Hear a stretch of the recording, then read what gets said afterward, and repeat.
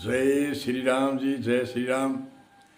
हमारे ऋषि मुनियों ने आदिकाल से ही माता पिता की मर्यादा, माता पिता की आज्ञा कैसे माननी चाहिए और माता पिता के साथ पुत्र का बर्ताव कैसे होना चाहिए और पिता का और माता का पुत्र के प्रति कैसा व्यवहार होना चाहिए और परिवार में कैसे शासन मर्यादा होनी चाहिए, समाज में कैसी मर्यादा शासन, राष्ट्र में कैसी मर्यादा शासन आदि अनेक तरह की मर्यादा सामाजिक जो शासन था, पारिवारिक शासन था, जो ऋषि मुनियों का शासन था, जो आचार्य विद्वानों का शासन था, जो गुरुकुलों का शासन था, उन शासन को आज भूल गए। एक सिर्फ सरकार के शासन के अधीन हो गई। तो सरकार कहाँ कहाँ देखभाल करे।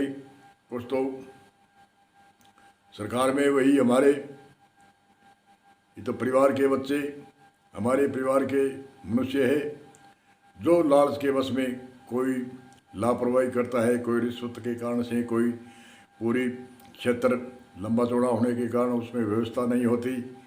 इसलिए पुराने समय में हमारे समाज के अंदर, परिवार के अंदर शासन, परिवार का शासन होता था। जो भी कोई गलतियां करता था उनको दंड देते थे। उनको पंचायत होती थी, उसमें 5 मुख्य पद चुने जाते थे, उनके द्वारा बड़ी कोई दंड देने वाली गलतियां होती तो उनकी मर्यादा को मानते थे। आज वह मर्यादा भूल गए और वह मर्यादा को छोड़ दिया। अकेले कोई सरकार के शासन के भरोसे हो गई।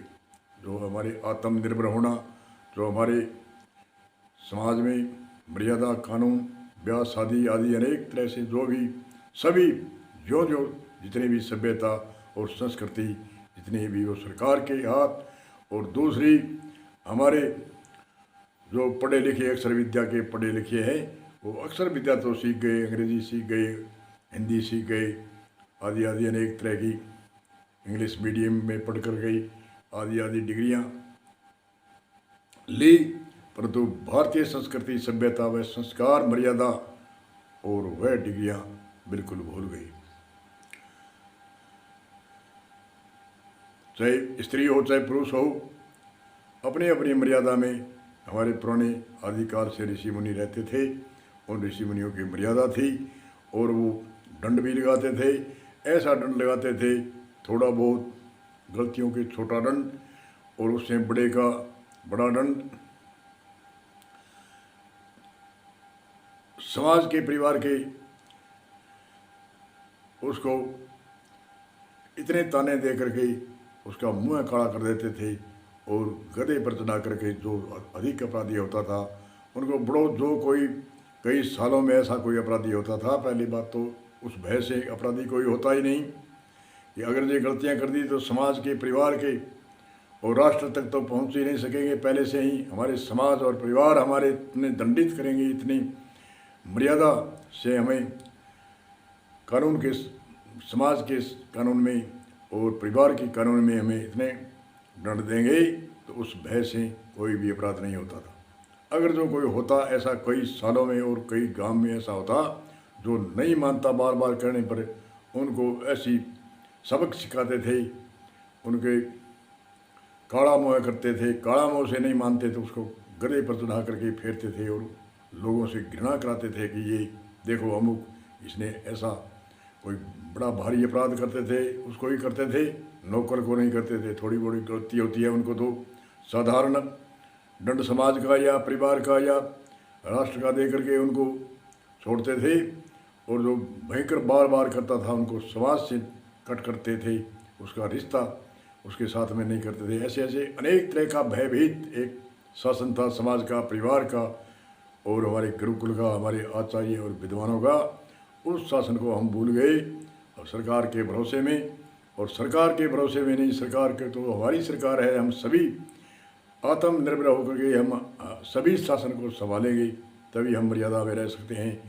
अकेले कोई कर्मचारी गए उनके हम भरोसे में, और उनका लंबा चौड़ा क्षेत्र होता है, उस क्षेत्र में उनको सूचना मिलते मिलते अपराध बढ़ जाता है। फिर जो हमारे कानून बनाई कि कोई अपराधी है उसको तो दंड मिले, परंतु जो बिना अपराधी को दंड मिले, इसलिए उसको दावा करना, केस करना, वकील करना आदि आदि वो सुविधा तो थी, कोई बिना अपराधी कोई फंदे में नहीं फंसे। परंतु ये एक रिवाज बन गई, चलो कह ये इस अदालत में गया, दूसरी अदालत में, तीसरी अदालत में सटे ले लिया, वैसे ले लिया, अपराध आज किया उसकी दंड मिलता है, उसको सज़ा मिलती है कई सालों के, 20 सालों के, 15 सालों के, किसी को अलग अलग वर्षों में। तो वे उस अपराध से आजकल देखते हैं कई तो ऐसे भी सुनने में आते हैं केस, छोटे छोटे केस होते हैं कोई, तो वो बाप केस करता है, पोते को उसको फैसला सुनाते हैं। तो ऐसे लंबी अवधि में केस होने के कारण समाज को, परिवार को, देश को भय नहीं होने के कारण बिना भय के, बिना प्रीत नहीं है, बिना भय के अपराध करने में अपराधी रुकते नहीं हैं। जिस प्रांत में अधिक शासन सख्त है उन प्रांत में, भारत का कोई भी प्रांत हो, उस प्रांत में भयभीत से उसमें अपराध कम है, जो आजकल हम देखते हैं, सुनते हैं। तो इसलिए हमें मर्यादा में, और हमें खुद को मर्यादा हर घर में, अपने आप में मर्यादा अपने घर में रखेंगे तो पड़ोसी के घर में वो रखेगा, और आगे से आगे पूरे गांव में मर्यादा और शासन में रहेंगे। और किसी से थोड़ा बहुत झगड़ा हो तो उसको सहमति से, उसको राजीनामा और सहमति से, पड़ोसी के साथ कभी झगड़ा नहीं होना चाहिए। कोई भी हो, किसी के साथ झगड़ा होने से हमारे नुकसान होता है, लाभ तो 1% भी नहीं होता, हज़ारों % नुकसान ही नुकसान होता है। इसलिए हमारे समाज में प्रेम प्यार से रहना चाहिए, शासन में रहना चाहिए, मर्यादा में रहना चाहिए, माता पिता की मर्यादा रखनी और माता पिता की आज्ञा माननी, समाज के बड़े बुजुर्गों की आज्ञा माननी, और समाज के अनुकूल जो रीति रिवाज है, उनके जो हमारी कुरीतियाँ हैं उनको त्याग करना है। जो कोई रीति सामाजिक शिक्षा की रीति है उन पर हमें चलना चाहिए। और हमारे समाज की कुरीतियाँ तो आगे से आगे बढ़ रही है, उन कुरीतियाँ पर आज हमारे समाज न परिवार कोई ध्यान भी, नज़र भी नहीं देता। एक हमारे समाज में कोई भी जाति हो, हर जाति में कुरीतियाँ आगे से आगे, एक की देखा देखी में जो कुरीतियाँ फैलती है, और कुरीतियों के साथ दूसरा जो मान बढ़ाई में खर्च होता है, पैसे की बर्बादी होती है, और सभी चाहते हैं कि ये अनावश्यक खर्चा है, और उनको बातें करते हैं पर तो किसी की हिम्मत नहीं है। इस जो कुरीति का जो बिना मतलब का खर्चा है, जो बोझा पड़ता है परिवार पर, समाज पर या हर मानव पर, उसको हम दूर करें। किसी की बोलने की हिम्मत नहीं, और हिम्मत है तो एक दो आदमी बोलता है तो उसकी कोई मान्यता नहीं। इसलिए सबको एकजुट होकर के हमारे समाज में जनमानव की जितनी भी कुरीतियाँ हैं, कोई भी जाति हो, कोई पाति, जाति पाति कुछ भी नहीं है। पुराने समय में वर्ण 4 वर्ण होते थे, उसके बाद में थोड़ी बहुत जातियाँ थी, और उन जातियों से हमारे जो विदेशी नीति थी, उन्होंने अनेक तरह की 5000 सवा 5000 के आसपास जाति ऐसी बनाई कि एक से एक दवेश रहे तो हम शासन करेंगे। और यही दवेश सब चलता रहा है, और ऐसे ही चलता रहेगा जब तक एकता नहीं होगी, जब तक एकजुट नहीं होंगे, तो हमारे राष्ट्र का भी भला नहीं, समाज का भला नहीं, परिवार का भला नहीं।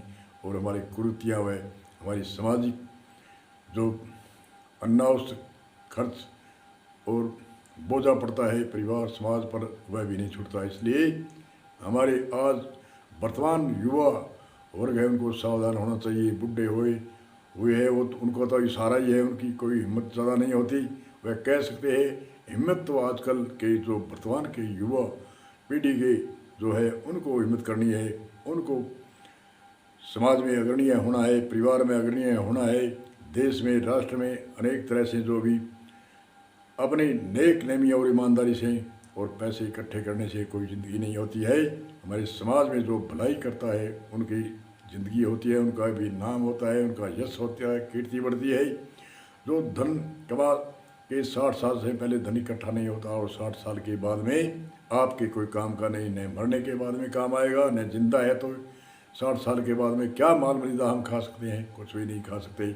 उसको तुरमत तुरमत देख सकते हैं, और देखने से पूत कपूत तो क्यों धन सींचे, और कपूत है तो उनके लिए इकट्ठा करने से कोई लाभ नहीं, और सपूत है तो अपने आप कमा लेगा।